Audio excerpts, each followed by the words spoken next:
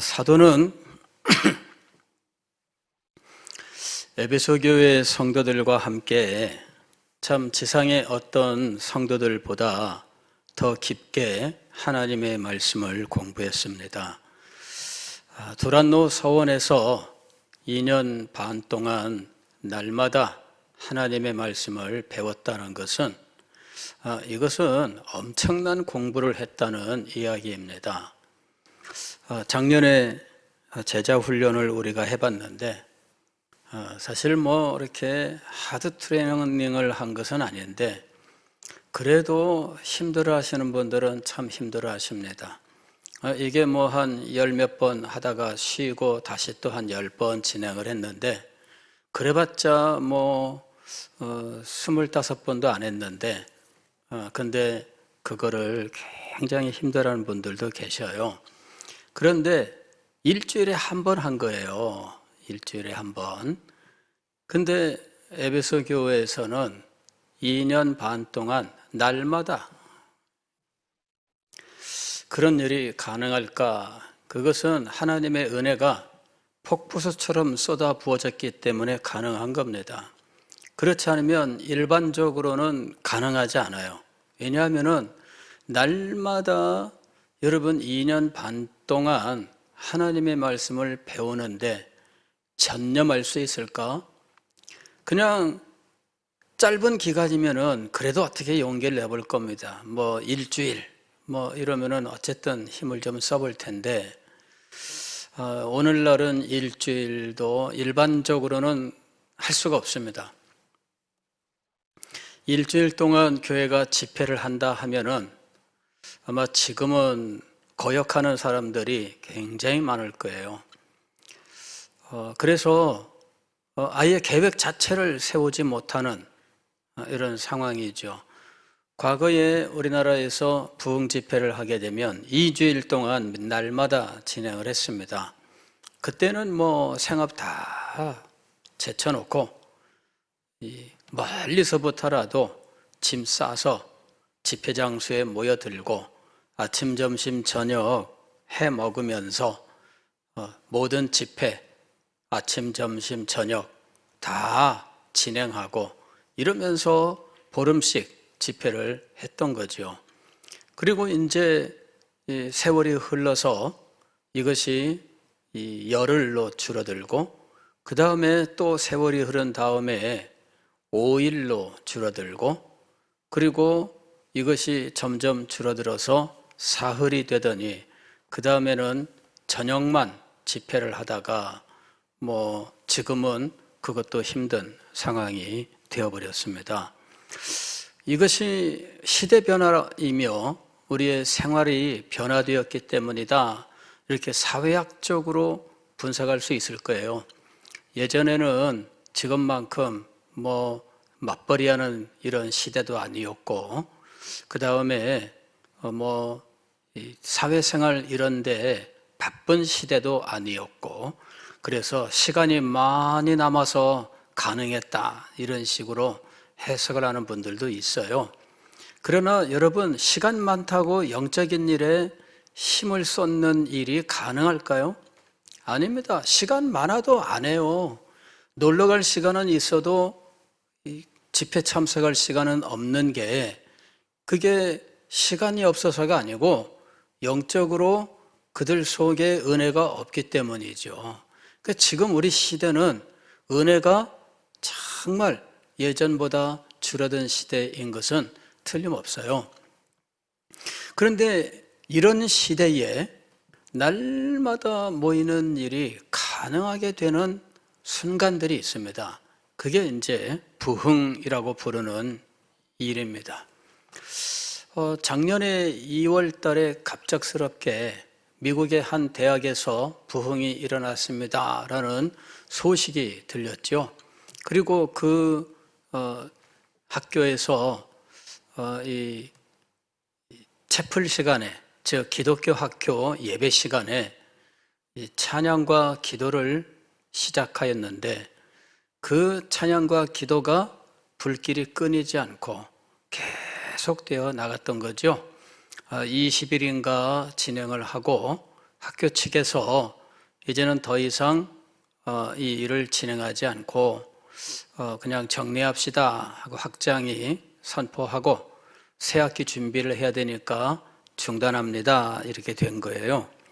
일부에서는 부흥을 중단시키는가 뭐 이런 식으로 이야기를 했는데, 뭐 학교니까 뭐 교회랑은 또 좀 다를 수 있겠다 생각은 하지만, 또 부흥의 관점에서 볼 때에 그것이 진정한 부흥이었느냐, 아니면 며칠까지는 진정한 것이었지만 그 후에는 그냥 사람들이 이어가지 않았는가, 뭐 이렇게도 생각을 합니다.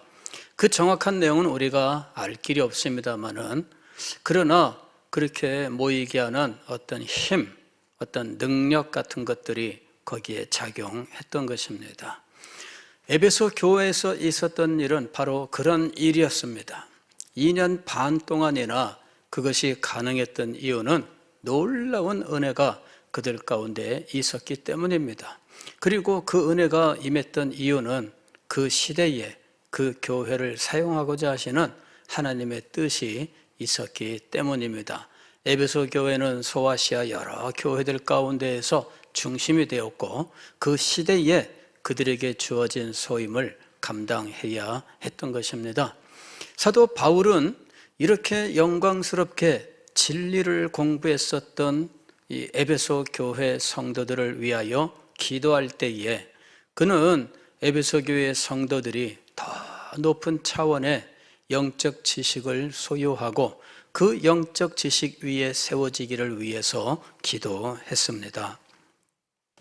16절 말씀을 보면은, 내가 기도할 때 기억하며 너희로 말미암아 감사하기를 그치지 아니하고, 감사하기를 그치지 아니하고 라는 말은 현재 에베소 교회 성도들이 도달한 영적 수준, 그리고 그들의 헌신과 사랑, 이런 것들로 인하여 하나님 앞에 감사한 겁니다.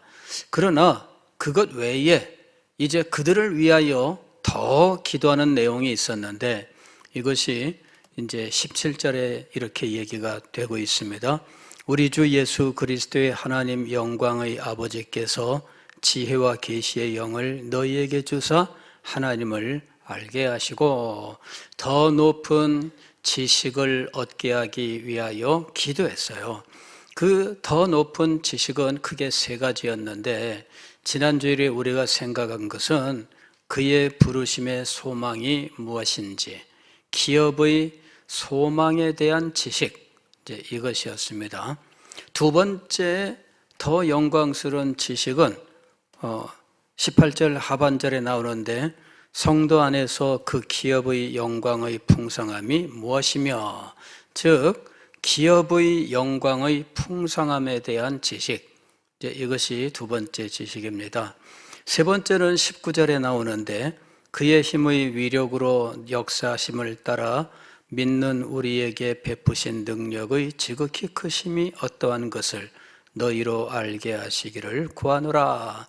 세 번째는 능력의 지극히 크심에 대한 지식입니다. 첫 번째는 소망의 부르심의 소망이 얼마나, 부르심의 소망에 대한 지식이죠. 부르심의 소망에 대한 지식. 두 번째로는 기업의 영광의 풍성함에 대한 지식. 세 번째로는 능력의 지극히 크심에 대한 지식. 이제 세 가지를 위해서 지금 2년 6개월 동안 날마다 공부를 한 사람들에게 그보다 더 크고 더 높고 더 영광스러운 것에 대하여 하나님 앞에 간구했는데, 그것을 정리하면 이제 세 가지에 대한 지식이었다 하는 겁니다. 이 모든 지식들은 그냥 공부함으로 되는 것이 아니라 성령께서 마음 눈을 밝혀주심으로 알게 되는 지식입니다. 그래서 17절 하반절을 보면은 지혜와 계시의 영을 너희에게 주사, 18절 처음 보게 되면 너희 마음의 눈을 밝히사 이랬습니다. 그러니까 지혜와 계시의 영, 즉 즉 성령이 행하시는 여러 일 가운데에 지혜와 계시에 관계되는 그 성령의 역사를 말합니다. 성령이 지혜와 계시로서 역사하심으로 우리의 마음의 눈이 밝아져서 기왕에 알고 있던 이 진리의 영광스러운 지식 위에 혹은 이 지식을 더 탁월하게 하는 세 가지 지식을 위해서 간구했던 겁니다. 기업 그 부르심의 소망에 대하여, 두 번째로는 기업의 영광과 풍성함에 대하여, 세 번째로는 능력의 크심에 대하여 알기를 기도했다. 이렇게 얘기하고 있는 겁니다. 오늘은 그 기업의 영광의 풍성함에 대한 지식, 이것에 대해서 함께 생각을 하겠습니다. 기업이란 도대체 무엇인가? 이미 제가 우리 주일날 대예배 설교에서 이 하나님 나라 이것이 기업이다 이렇게 말씀을 드렸는데, 사실 성경을 보게 되면은 기업이라고 하는 말들이 여러 군데 등장을 하고, 그때 기업이 무엇을 의미하느냐 하는 것들을 먼저 한번 살펴보고, 그 다음에 하나님께서 우리에게 주시는 기업은 도대체 무엇인가 하는 내용들을 살펴보아야 하겠습니다. 신명기서 32장 9절을 보게 되면 기업이라고 하는 말이 등장하는데, 여호와의 분깃은 자기 백성이라 이렇게 되어 있습니다. 분깃이라고 하는 것은 상속받는 자기의 몫을 말하는 거죠. 여호와의 분깃, 즉 여호와께서 가지시게 되는 재산, 이렇게 말할 수 있겠습니다. 이것은 비유입니다. 하나님이 무슨 재산을 가지시고 그럼 온 세계가 나의 것이다 이러셨는데, 그런데 신명기서 32장 9절 말씀을 보면 자기 백성을 가리켜서 분깃이라 이렇게 말씀하는 것이 있습니다. 자, 베드로전서 2장 9절 보게 되면 신약시대 성도에 대하여 이렇게 표현하는 부분이 나옵니다. 오직 너희는 택하신 족속이요 왕같은 제사장들이요 거룩한 나라요 그의 소유된 백성이니 할 때 그의 소유라고 하는 말이 나오잖아요. 소유와 백성이란 말이 함께 나옵니다. 신명기서 32장 9절에서는 분깃과 백성이 나오죠. 그러니까 하나님의 소유가 되는 특별한 존재들에 대한 말씀이에요. 그리고 그 특별한 존재들을 기업, 하나님의 기업이다 이렇게 부르는 겁니다. 자, 이 특별한 존재들을 지금 성경은 백성이라는 말로 표현하고 있어요. 그러면 백성이 그의 특별한 소유라는 말은 그분은 무엇을 소유하고 있다는 말씀일까요? 나라를 소유하고 있다는 말씀입니다. 그죠? 회사를 소유하고 있으면 그의 소유는 백성이라고 말하지 않습니다. 그의 소유는 뭐라고 말해야 될까요? 무슨 회사 이렇게 말해야 되겠죠? 그의 소유는 무슨 회사 이렇게 말해야 돼요. 자, 어떤 부동산이 그의 소유라면 아마 어디 땅이 그의 소유다 이렇게 말할 수 있겠죠. 그래서 기업이라고 할 때 우리는 이 기업이 소위 말하면 엔터프라이즈, 회사를 말하는 것처럼 일단은 1차적으로 듣지만, 왜냐하면 우리는 현재 우리의 언어 속에서는 기업이란 말은 그렇게 1차적으로 많이 쓰여요. 그러나 다른 말로 기업도 있는 겁니다. 그럴 때 그 기업은 그 집안이 대대로 해오는 어떤 업에 대한 일일 수 있어요. 천직을 가지고 있는 집들이 있습니다. 3대 할아버지 때부터 해온 일이 있습니다. 그럴 때 우리 가문의 기업입니다 이렇게 말할 수 있겠죠. 그럴 때는 자기들이 하는 사업이 바로 기업이 될 수도 있는 거예요. 그러나 기업이란 말은 그거 외에도 또 더 다양하게 쓰일 수 있는 말입니다. 자, 여기서 하나님이 나의 소유, 나의 분깃 혹은 나의 기업이라고 말하는 것은 백성입니다. 이 백성이 기업이 되고 소유가 된다는 말은 그 기업 자체가 나라라고 하는 것을 의미하고 있는 겁니다. 그리고 하나님 자신이 왕이라는 이야기입니다. 하나님이 왕으로서 나라를 소유하시는데 그 나라의 백성이 당신의 소유요, 당신의 분깃이요, 당신의 기업이 된다라는 이야기이죠. 그래서 우리가 여기서 하나님의 나라라고 하는 개념을 생각해야 된다는 것입니다. 기업의 영광이란 무엇에 대한 것인가? 하나님의 나라에 대한 것이다 라는 것입니다. 어떤 분은 이렇게 특정하지 않고 막연하게 이 표현을 했습니다. 어떤 분은 뭐라고 얘기했느냐 하면은 하나님이 자기를 사랑하는 자들을 위하여 예비하신 모든 것, 이렇게 표현을 했습니다. 하나님이 사랑하는 자들을 위하여 예비하신 모든 것이다.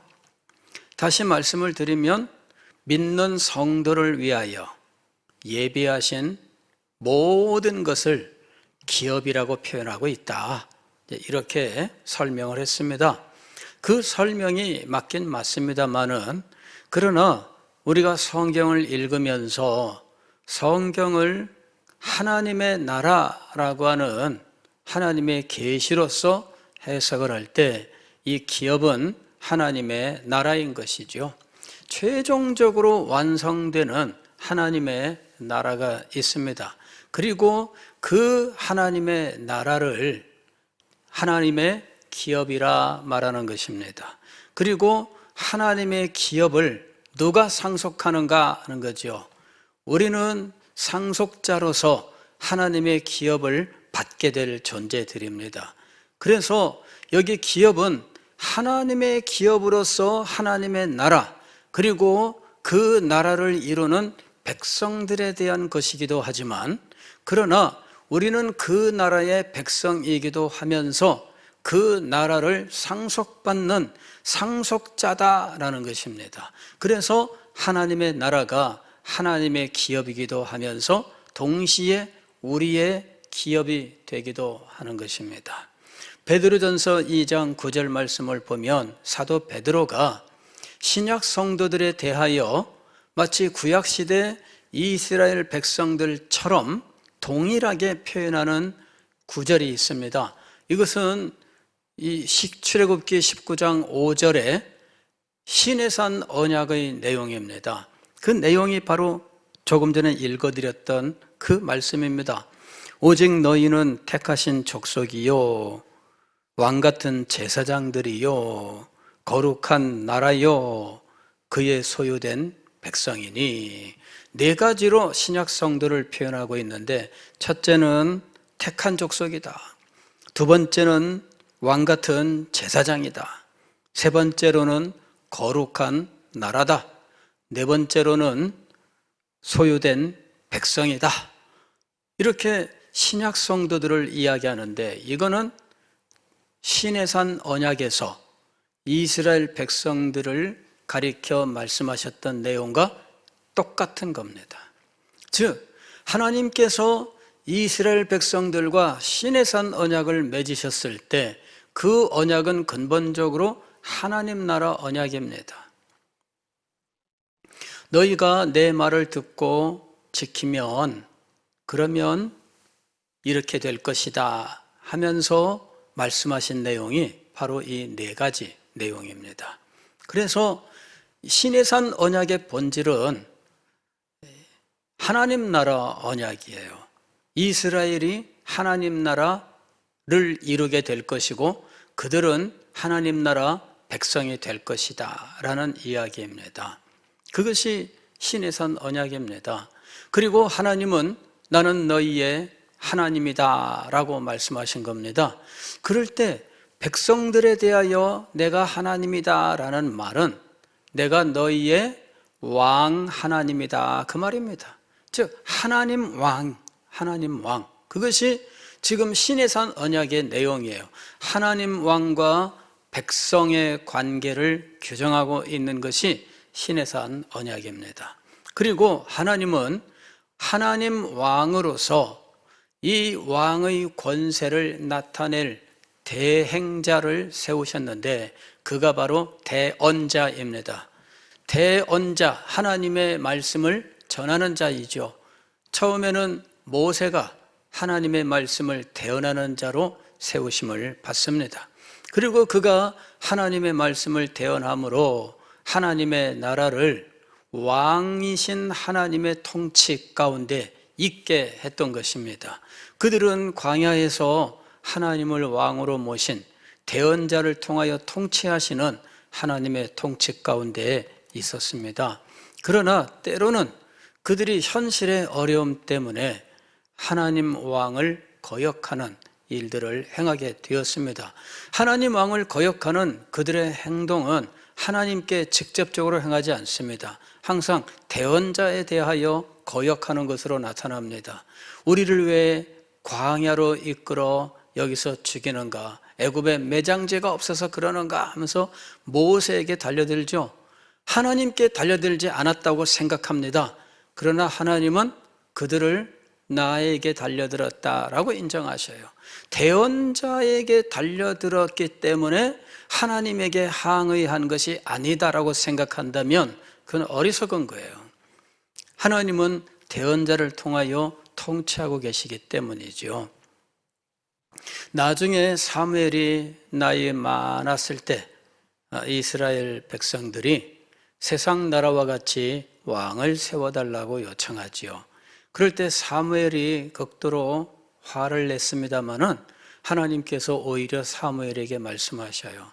그들이 왕을 세워달라고 한 것은 너를 거역한 것이 아니라 나를 거역한 것이다. 해달라는 대로 해줘라. 하나님의 허용입니다.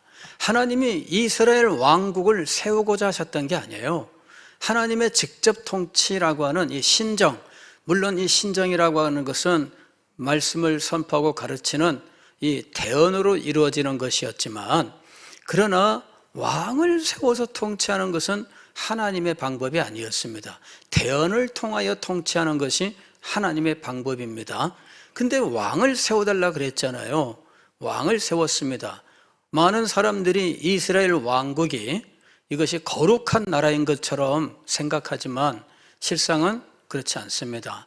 이스라엘 왕국은 거룩한 나라가 아니었고 하나님께서 기뻐하지 않으시는 나라로 세워진 겁니다. 이유는 무엇일까요? 가봐라 하는 거죠. 갈 때까지 가봐라. 너희들이 가보면 그 끝에 가서 알게 될 것이다 이겁니다.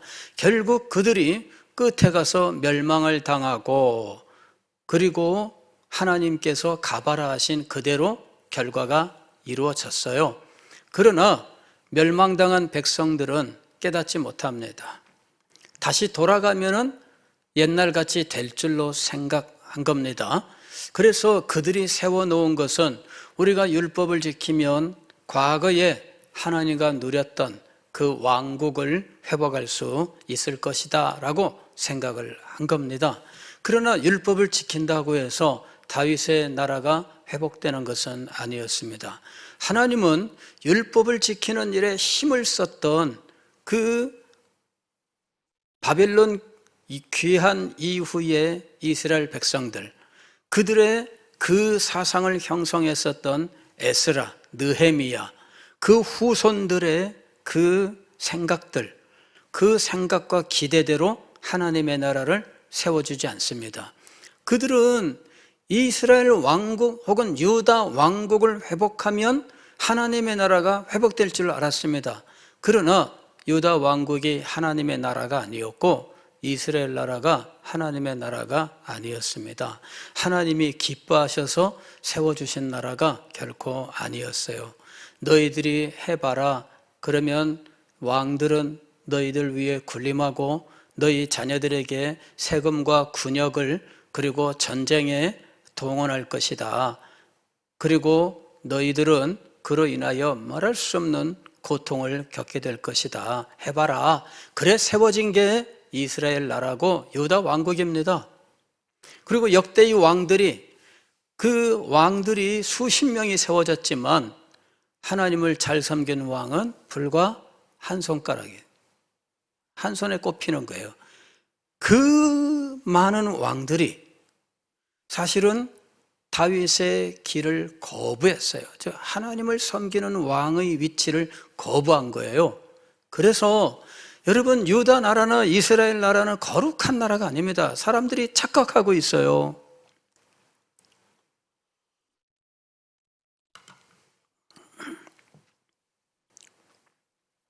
어떤 사람들은 그런 식으로 이야기합니다. 우리나라도 이스라엘 나라와 같이 거룩한 나라가 되고 아닙니다. 여러분, 이스라엘 나라는 타락한 나라였어요. 하나님의 뜻이 어디에 있을까요? 예수님께 오셔서 하나님 나라의 복음을 전하셨는데 예수님이 전하신 것은 유대인의 왕국을 회복하는 하나님의 나라가 아닙니다. 자, 하나님께서 시내산 언약을 통하여 하나님이 통치하시는 하나님의 나라를 세우셨는데 그 백성들의 영광이 있습니다. 그 백성들이 어느 정도의 지위를 가지며 어느 정도의 영광스러운 존재가 되는가? 그것이 왕 같은 제사장이란 말에 표현되어 있는 거예요. 제사장은 어떤 존재냐면은 하나님과 백성들 사이에서 중보자의 역할을 감당하는 존재가 제사장입니다. 그래서 하나님 앞에 나아갈 때는 백성들을 대신하여 나아가는 겁니다. 그리고 백성들에게는 하나님의 뜻을 가지고 나오는 겁니다. 이것이 제사장의 역할입니다. 물론 인간 제사장, 아론의 후손 제사장은 자기가 가지고 있는 죄 때문에라도 온전치는 못했습니다. 그래서 완전한 제사장이 오시기를 소망해야 되는데 완전한 제사장은 아론의 후손 가운데 있는 것이 아니라 멜기세덱의 반차를 좇는, 즉 이 아론의 후손이라고 하는 것은 레위 지파 사람이라는 이야기입니다. 그리고 레위 지파 속에서도 고핫 자손이고 고핫 자손 속에서도 아론의 후손이라는 이야기입니다. 그런데 멜기세덱의 반찬을 주는다는 말은 더 이상 이스라엘의 지파에 속하지 않은 제사장이라는 이야기입니다. 이스라엘의 지파에 속하지 않은 왕 같은 존재로서의 제사장, 그가 누구냐면은 멜기세덱입니다. 멜기세덱은 아브라함 당대에 그는 왕 같은 어떤 부족장이죠. 왕 같은 존재로서 여호와의 제사장이 되었던 인물입니다. 그러니까 굉장히 존귀한 존재입니다. 그래서 아브라함이 멜기세덱을 만났을 때 그 앞에 절하고 그에게 얻은 전리품에 11조를 바친 겁니다. 멜기세덱은 이스라엘 후손이 아닙니다. 아브라함의 후손이 아니에요. 그러면서도 여호와를 섬기는 여호와의 제사장이었던 겁니다. 그리고 그는 왕과 같은 위치의 존재였습니다. 그리고 왕과 같은 지위를 가졌던 아브라함으로부터 11조를 받아요.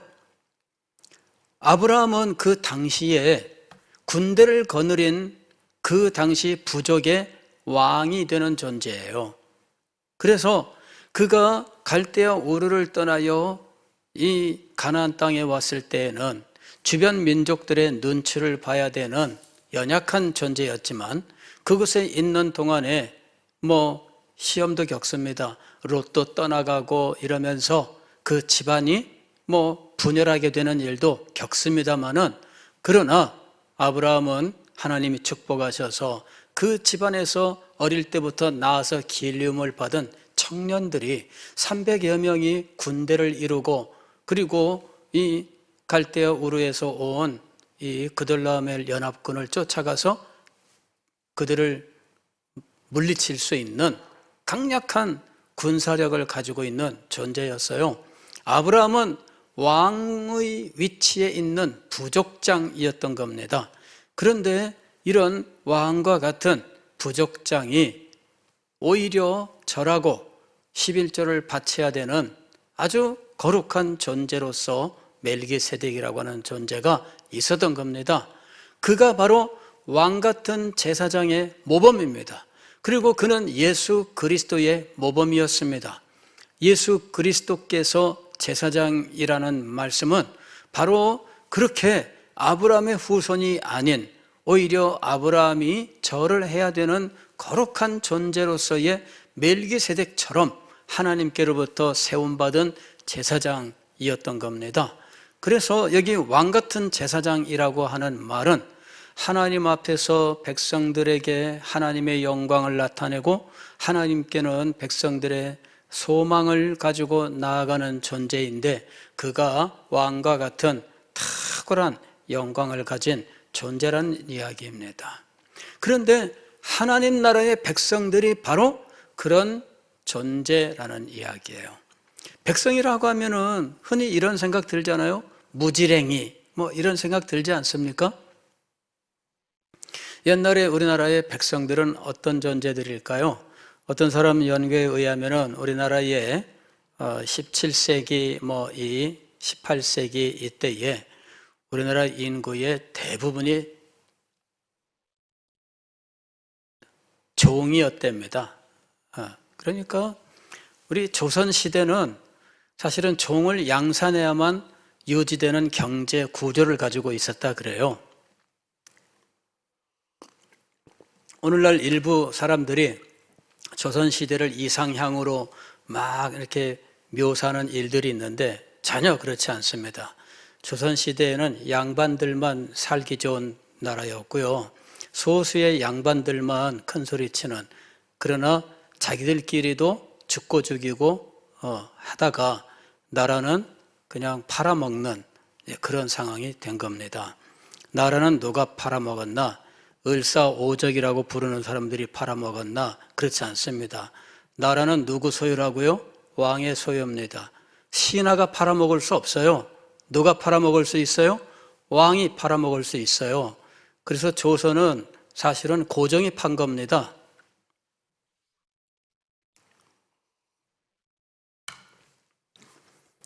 그런 일에 중개인이 된 사람들이 있긴 하죠. 그 사람들이 을사오적이라고 부르는 사람들입니다. 자기의 의사가 얼마나 반영됐는지는 우리가 정확하게 알 길이 없습니다만은 어쨌든 이 왕 같은 제사장이라고 하는 것이 하나님 나라 백성들의 영광이에요. 즉 왕이 되었다라는 이야기죠. 왕이 되었다. 여러분, 이거는 이 유럽에서 이제 봉건 제도를 조금 우리가 이해를 해야 됩니다. 유럽에 보면은 봉건 제도가 발달하면서 나중에는 어떤 형식이 되느냐 하면은 한 나라가 있으면 왕이 있어요. 킹입니다. 킹. 그런데 이 왕이 자기와 계약을 맺은 영주들, 이 영주들과 계약을 맺고 영주들에게 자기 나라 안에 영지를 허락을 합니다. 그리고 이 영지를 가진 사람들에게 자귀라고 하는 것을 줍니다. 그럴 때 자귀는 우리가 말하는 공작, 후작, 백작, 남작, 자작, 이게 자귀예요. 그 다음에 요 외에 기사라고 하는 것이 자귀입니다. 이 사람들이 귀족입니다. 그런데 이 귀족 가운데 영지를 가진 귀족이 있고요. 그래서 영지라고 할 때 이 영지를 가진 귀족들은 그 땅에서 통치자입니다. 그 땅에서. 그래서 때로는 그들을 가리켜 뭐라고 불러요? 킹이라고 부르는 겁니다. 한 나라의 킹도 있고 한 영지에는 왕 같은 공작, 왕 같은 후작, 왕 같은 백작이 있는 거죠. 그 사람들은 대대로 자기의 자기와 영지를 상속받게 돼요. 그런데 후손이 많으면 이것을 나누어 줍니다. 근데 나중에는 나눠주지 않고 그냥 돈을 주고 그냥 끝내는 이런 일들이 있어요. 그래서 귀족 가운데 영지를 소유하지 못한 귀족들이 나타나게 되는 거죠. 그래서 이런 사람들이 뭐 백작이 될 수도 있고 남작이 될 수도 있지만 그러나 영지가 없는 사람들도 있습니다. 이 사람들은 왕의 궁전에서 관료로서 일을 한다든지 이럴 수 있습니다. 자기는 백작인데 영지는 없어요. 그냥 왕의 궁전에서 혹은 군대에서 그냥 일을 하는 존재들인 거죠. 영지를 가진 자가 진짜 왕 같은 영주라고 부르는 사람들입니다. 자, 지금 왕 같은 제사장이라고 이야기했을 때 이 왕 같은이라고 하는 것이 바로 그런 개념을 가지고 있는 거예요. 우리가 하나님 나라의 백성인데 그 백성이 실상은 저 밑에 아무것도 없는 평민들이나 아니면은 그 평민 밑에 있는 종이나 이런 존재를 말하는 것인가? 그렇지 않다는 겁니다. 여기에 백성은 어떤 정도의 지위를 갖습니까? 여기에 백성은 왕 같은 지위를 갖습니다. 이게 이제 한 나라의 백성의 모습이에요. 여러분, 이 백성이라고 하는 것이 이런 게요. 예전에 그 영화가 하나 있었는데 처칠 그 시대죠. 그 시대에 왕이 이제 바뀌게 돼요. 이 조지 오세라고 하는 영국 왕이 이 미국인 여성 하고 이 사랑에 빠지면서 이 미국인 여성이 이제 이혼녀입니다. 영국 왕실이 허락하지 않습니다. 그래서 왕위를 내놓고 이제 미국 이혼녀 부인하고 결혼을 하게 됩니다. 왕을 내놓는 거죠. 이래가지고 그 뒤를 이어서 이제 왕위에 오른 사람이 말을 잘 못하는 사람이었어요. 이렇게 말을 더듬고 똑바로 이렇게 말하지 못하는 그런 분이었습니다. 근데 전쟁이 일어난 거예요. 이 독일하고 2차 세계대전. 이래가지고 라디오에 나가서 왕이 연설을 해야 되는데 백성들을 하나로 통합해야 되잖아요. 근데 말을 유창하게 호소력 있게 못한다는 거죠. 그래서 이 왕이 이 연설하는 거를 배워서 피나는 노력을 해가면서 라디오 방송에서 백성들을 계속해서 격려하고 해서 전쟁을 승리로 이끄는데 앞장서서 이제 그 일을 감당해요. 근데 이제 제가 그 영화를 보았을 때 아주 굉장히 인상 깊었던 장면이 하나 있었는데 이 사람이 이제 그 딸들이 있습니다. 이제 그들이 이제 공주가 된 거죠. 예. 근데 이 공주들이 자기 아버지 앞에 이렇게 왜 그 여성들 유럽에서 보면 이렇게 치맛자락 붙잡고 이렇게 잘하는 거 있잖아요. 예. 이제 그렇게 절을 하면서 하는 말이 Our King 이렇게 그리고 자기들은 신하라고 이야기하는 거예요. 당신은 우리의 왕이고 우리는 신하입니다. 이렇게. 근데 그래서 제가 그때 개념이 딱 잡힌 거예요. 그렇구나. 가족이라 할지라도 자기의 자녀라 할지라도 왕에게는 신하구나. 그걸 알게 된 거예요. 그런데 다 같은 신하가 아닙니다. 신하라고 해서 다 똑같은 신하가 아닙니다. 어떤 신하는 공주고 왕자인 거지요. 지금 여기 백성들이라고 하면서 왕 같은 존재가 된다고 하는 것이 무엇인지 여러분 한번 생각을 해보세요. 그러면서 이렇게 존귀한 자로서 하나님의 통치에 참여한다라는 겁니다. 이것이 왕 같은 제사장이에요. 그리고 그가 그와 같이 존귀한 지위에서 하나님께서 공급하는 모든 것들을 정말 풍성하게 누린다는 겁니다. 이것이 기업의 영광의 풍성함이에요. 그 기업은 하나님의 나라이며 영광은 그 탁월함인데, 그가 그 기업의 상속자요, 그리고 그는 하나님에게는 백성이지만 그럼에도 불구하고 왕 같은 존재로서 그 모든 것들을 마음껏 누린다는 거죠. 이게 풍성함입니다. 그래서 기업의 영광의 풍성함이라고 하는 것인데, 이것에 대한 지식이 크면 클수록, 이것에 대한 지식이 분명하면 분명할수록 그에게 주는 영향이 있습니다. 첫 번째로는 자기가 그런 기업의 상속자라고 한다면 그의 생각이 달라집니다. 나는 버림받았어 하는 사람의 생각과 나는 특별한 존재로 태어난 거야 하는 사람의 생각은 전혀 달라요.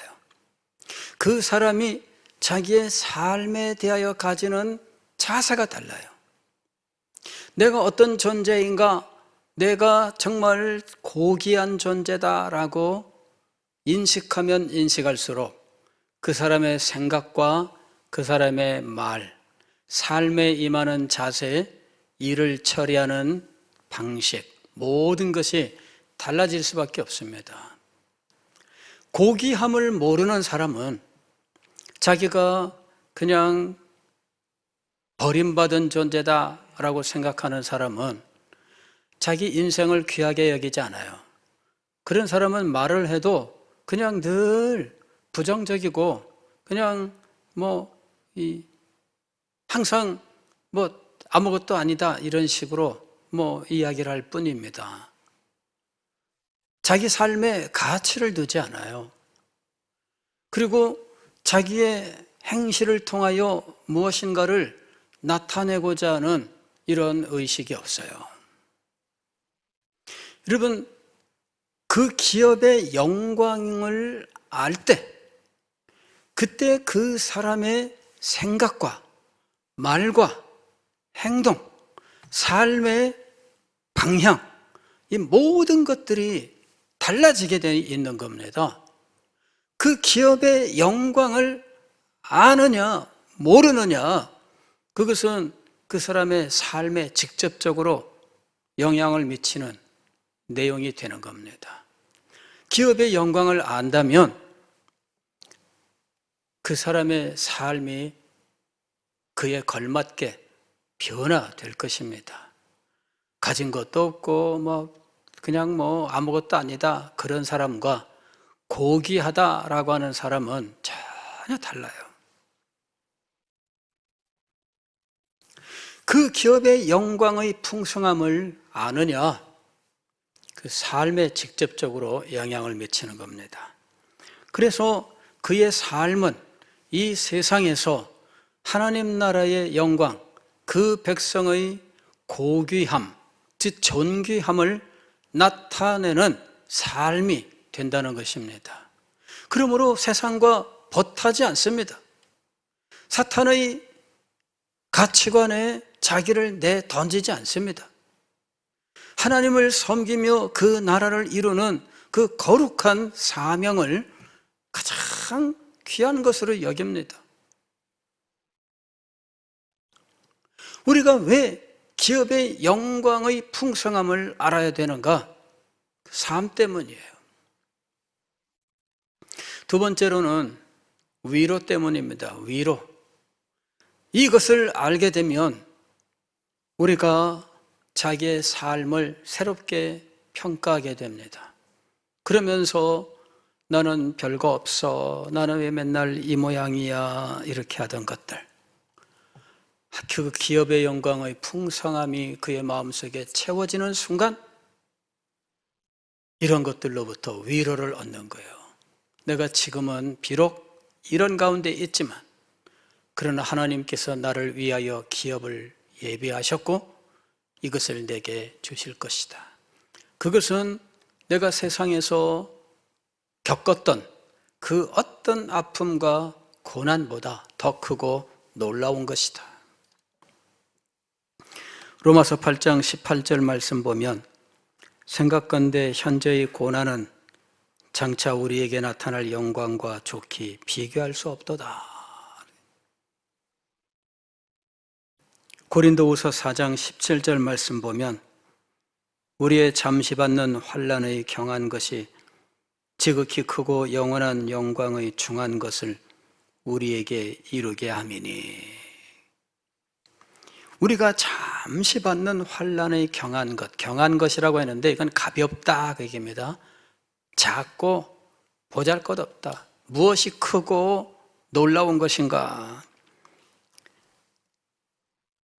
지극히 크고 영원한 영광의 중한 것을 우리에게 이루게 함이니. 우리에게 위로가 됩니다. 지금은 참 힘들고 어려워요. 그러나 잠시 후에 나에게 지극히 크고 영광스러운 것이 임한다라고 하는 이 소망이 그 마음을 채우면 마음속에 위로가 되는 것입니다. 그리하여 전혀 달라져요. 용기를 얻고 힘을 얻게 된다라는 것입니다. 내가 이 세상의 난관과 어려움, 그 고통에 찌들려서 그냥 짓눌려서 다 포기하고 살 수 없다. 그렇게 살 필요가 없다. 용기가 생기는 것이죠. 그에게 무한한 위로와 격려가 임하게 되는 것입니다. 그래서 더 힘쓸 수 있어요. 왕 같은 존재로서 자기의 존귀함을 인식하고 비굴하지 아니하고 존귀한 존재로 살아갈 마음의 자신과 새로운 용기가 일어나는 것이죠. 내가 존귀한 자로서 죄와 타협할 수 없다. 세상과 버탈 수 없다. 죄를 버리고 오히려 세상을 버리고 내가 하나님 앞에 나아간다. 이 사실을 분명히 할 수 있게 되는 겁니다. 요한일서 3장 3절 말씀을 보면 주를 향하여 이 소망을 가진 자마다 그의 깨끗하심 같이 자기를 깨끗게 하느니라 그랬습니다. 소망을 가진 자가 자기의 삶을 다시 살 수 있게 하는 겁니다. 소망이 없으면 다시 살 수 없어요. 그런데 이 소망을 갖게 하는 것이 무엇이냐면은 기업의 영광의 풍성함에 대한 지식입니다. 그 깨달음입니다. 그것으로 인하여 우리는 소망을 갖게 되고 용기를 얻게 되고 위로를 받으며 격려를 받아서 새로운 삶을 살아갈 수 있게 되는 것입니다. 자기에게 주어져 있는 사명을 감당할 수 있게 되고 사명을 감당하는 과정에 힘들고 어려움이 있어도 기어이 그것을 감당할 수 있게 하는 것입니다. 히브리서 12장에서 예수 그리스도에 대하여 이렇게 이야기합니다. 그 앞에 있는 즐거움을 위하여 십자가를 참으사 부끄러움을 개의치 아니하시다니. 십자가, 이거는 죄인의 괴수가 받는 형벌입니다. 나무에 달린 자마다 저주받은 자다라고 이야기합니다. 예수 그리스도는 벌거벗은 채 십자가에 매달렸습니다. 부끄러운 일이었습니다. 그러나 그것을 견뎠습니다. 왜냐하면 그 앞에 있는 즐거움을 바라보았어요. 하나님께서 그를 다시 살리실 것이고 그를 지극히 높이실 것이고 영광스럽게 하신다는 그 일에 대한 소망이 예수 그리스도 앞에는 있었던 것이죠. 그래서 십자가를 이겨내셨던 것입니다. 우리가 그 기업의 영광의 풍성함에 대한 지식을 가져야 하는 이유, 바로 그것입니다. 그리스도인으로서 우리는 거룩한 존재요, 하나님 나라 백성으로서 우리는 존귀한 존재로서, 앞으로 그 나라를 상속할 왕 같은 존재로서 지상에서 결코 포기하지 않고 타협하지 않고 하나님 나라 백성으로 살게 하는 것, 바로 이것이 그 지식의 역할인 것이죠. 우리는 이것을 위해서 기도해야 되겠습니다. 그 기업의 영광의 풍성함을 깨달아 알게 하여 주옵소서. 그리하여 우리가 왕 같은 존재로서 거룩하고 존귀한 자로서 하나님 나라의 상속자로서 살게 하여 주옵소서. 하나님의 영광과 하나님의 거룩함을 지상에 나타내는 사명자로서 살게 하여 주옵소서. 기도의 놀라운 역사가 우리에게 이루어지기를 주의 이름으로 축원합니다. 기도하겠습니다.